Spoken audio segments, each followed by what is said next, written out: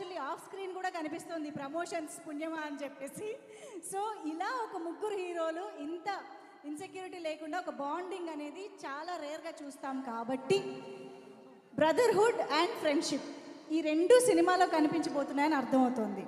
So Nara Rohit గారు, ఇప్పుడు మనోజ్ గారు, శ్రీనివాస్ గారు కదా, బ్రదర్హుడ్ ఎవరితో షేర్ చేసుకుంటారు, ఫ్రెండ్షిప్ ఎవరితో షేర్ చేసుకుంటారు?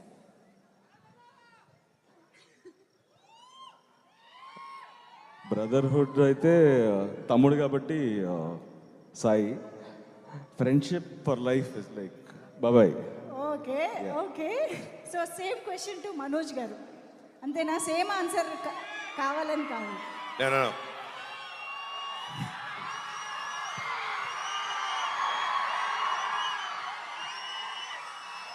తమ్ముడు నా ప్రాణ స్నేహితుడు. వావ్. ఓకే శ్రీనివాస్ గారు. నాకు ఇద్దరు బ్రదర్హుడ్. ఇద్దరు బ్రదర్హుడ్. రామలక్ష్మణులు. బట్ ఇద్దరు ఫ్రెండ్స్, ఇద్దరు బ్రదర్హుడ్. ఐ కాంట్ ఇద్దరు 50-50. Wow. Okay. So I think ఇదంతా మేము స్క్రీన్లో చూడడానికి వెయిట్ చేస్తున్నాం. అయితే నేనే కాదు, క్వశ్చన్స్ అడగడానికి యాక్చువల్లీ ఇందాక నుంచి మా ఆడియన్స్లో కూడా చాలామంది నేను ఇందాక ఇంటరాక్ట్ అయినప్పుడు కూడా అడిగారు. కానీ దానికంటే ముందు ఎస్ మీ స్పీచెస్ వింటే ఇంకా బాగుంటుంది కాబట్టి to start with yes Nara Rohit గారిని మాట్లాడవలసిందిగా రిక్వెస్ట్ చేస్తూ సార్. హాయ్ ఏలూరు, ఎలా ఉన్నారు?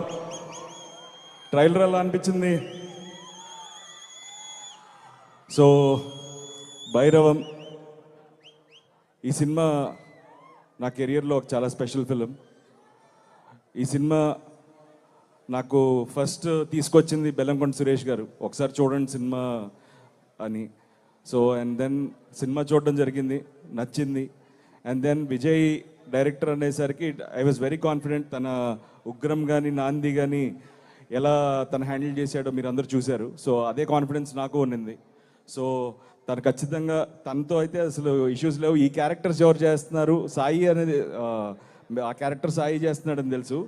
ఈ క్యారెక్టర్ ఎవరనేది ఒక చిన్న ఇది ఉండేది. ఎప్పుడైతే మనోజ్ అని చెప్పారో ఇంకా 100% తడిగుడ్డేసుకుని కూర్చున్నాం. ఖచ్చితంగా ఆ క్యారెక్టర్ తను చేసే డెఫినెట్గా న్యాయం చేయగలుగుతాడని నమ్మాం. So it was a special journey. నాకు బాబాయ్ నాకు చిన్నప్పటి నుంచి బాగా పరిచయం, వెరీ క్లోజ్. బట్ ఈ సినిమాతో మా